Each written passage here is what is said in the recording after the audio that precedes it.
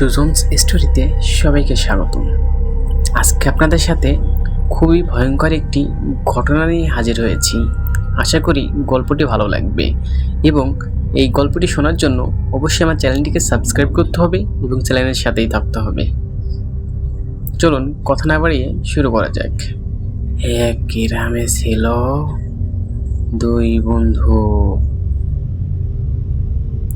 বন্ধুর বাড়ি ছিল পাশাপাশি।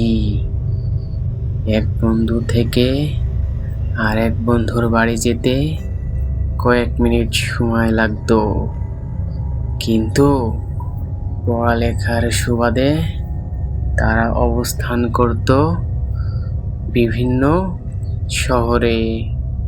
অর্থাৎ প্রথম বন্ধু সাজিদ, সে অবস্থান করত ঢাকায় এবং দ্বিতীয় বন্ধু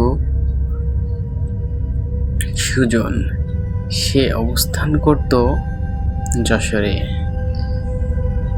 তাদের সম্পর্ক ছিল গভীর। তারা ছোটবেলায় থেকে একসাথে চলাফেরা, একসাথে খাওয়া দাওয়া, একসাথে খেলাধুলা করা। তাদের ভিতরে কখনো ঝগড়া, কখনো মারামারি এগুলো হয়নি। তারা ভাবলো যে আমরা এভাবে আমাদের বন্ধুত্ব টিকিয়ে রাখবো, কিন্তু এখানে যে একটা অশুভ শক্তির ছায়া পড়বে এটা কেউ জানতো না।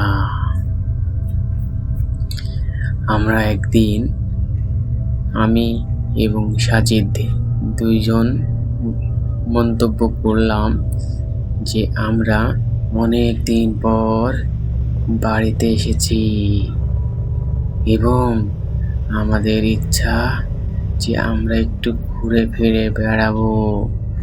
প্রথম দিন আমরা আমাদের পাশের গ্রামগুলো ঘুরলাম। ঘুরতে ঘুরতে অনেক কিছু দেখলাম, অনেক ভালো লাগলো। তারপরের দিন আমরা আমাদের পাশের গ্রাম থেকে একটু দূরে গিয়েছিলাম। দূরে যাওয়ার সুবাদে সেখানে আমাদের রাত হয়ে যায় বাড়ি ফিরতে। এমন সময় আমাদের বাড়ি ফেরার পথে একটা ভীষণ পুরাতন বটগাছ থাকে রাস্তার পাশে এবং ওই রাস্তাটা ছিল খুবই ভয়ঙ্কর। দিনের বেলায়ও মানুষ যেতে ভয় পায় ওই রাস্তা দিয়ে। কিন্তু আমরা যে গ্রামে ঘুরতে গিয়েছিলাম সেই গ্রাম থেকে আসার জন্য ওই একটা পথই আছে, আর আমাদের তো বাড়িতে আসতেই হবে। এই ভেবে আমি এবং সাজিদ মনে করলাম যা হয় হবে, আজ আমরা এই রাস্তা দিয়ে যাব। যত স্রোত কেরাত আছে মনে করতে লাগলাম এবং আমি এবং সাজিদকে বললাম, তুমি সুরো কেরাত পড়ো, আমি এদিকে রওনা দিই। তখন প্রায় 8টা বাজে। আমি ভাবলাম এই সময় যদি আমরা এদিক থেকে যাই তাহলে কোনো মানুষের আনাগোনা পাবো না। আমাদের খুব সাবধানে যেতে হবে এবং ভয়, সংকোচ সব কিছু আলাদা করেই রাখতে হবে, যাতে আমরা যে ভয় পাচ্ছি এটা যেন ভূত টের না পায়। সাজিদ তো খুব ভীতু প্রকৃতির ছেলে, সে অল্পতেই ভয় পায়। সে আমাকে বারবার বলছে, আজ আমরা এই গ্রামের কোনো একটা বাড়িতে থেকে গেলে হয় না? আমি বললাম, না না, বাড়ি আমরা যাবই আজ। কিন্তু ভয় পাওয়ার একটা কারণও আছে। কদিন আগে এই রাস্তা দিয়ে এক বাচ্চা যাচ্ছিল দুপুরবেলা। বাচ্চা বললে ভুল হবে, বয়স তখন তার 17 কি 18। ছেলেটার ঘাড় মুটকে দিয়েছে এই বট গাছের ভূত।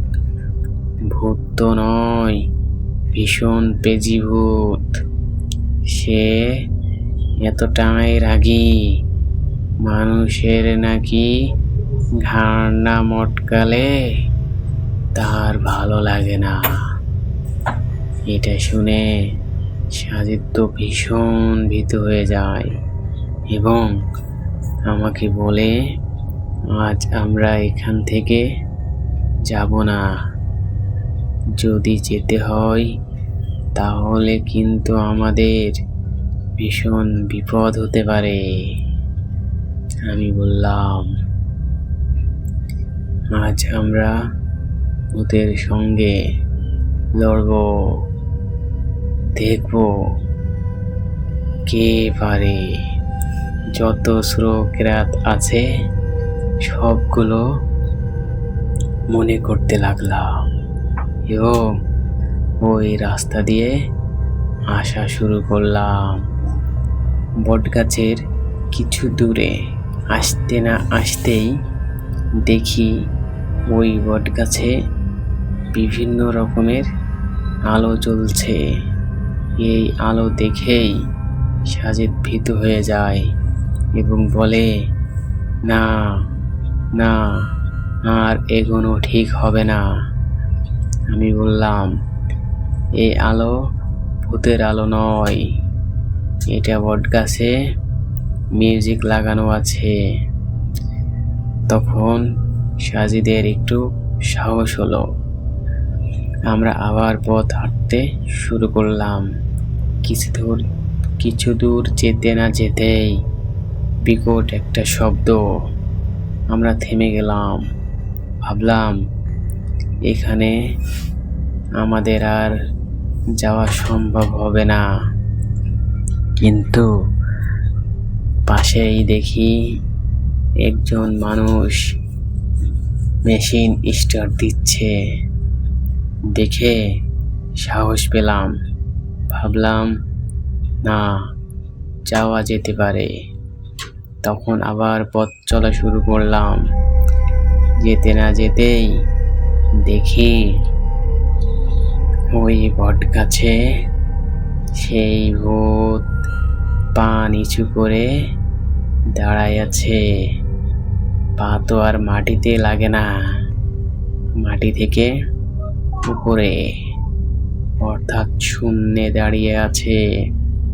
বীভৎস চেহারা, চুলগুলো এলোমেলো, হাতগুলো অনেক বড় বড়। হাতের যে নখগুলো দেখতে ভয়ঙ্কর, মনে হয় কোনো একটা মানুষের এইমাত্র রক্ত খেয়ে আসলো। এটা দেখার সঙ্গে সঙ্গে আমরা সূরা কেরাত পড়া শুরু করলাম।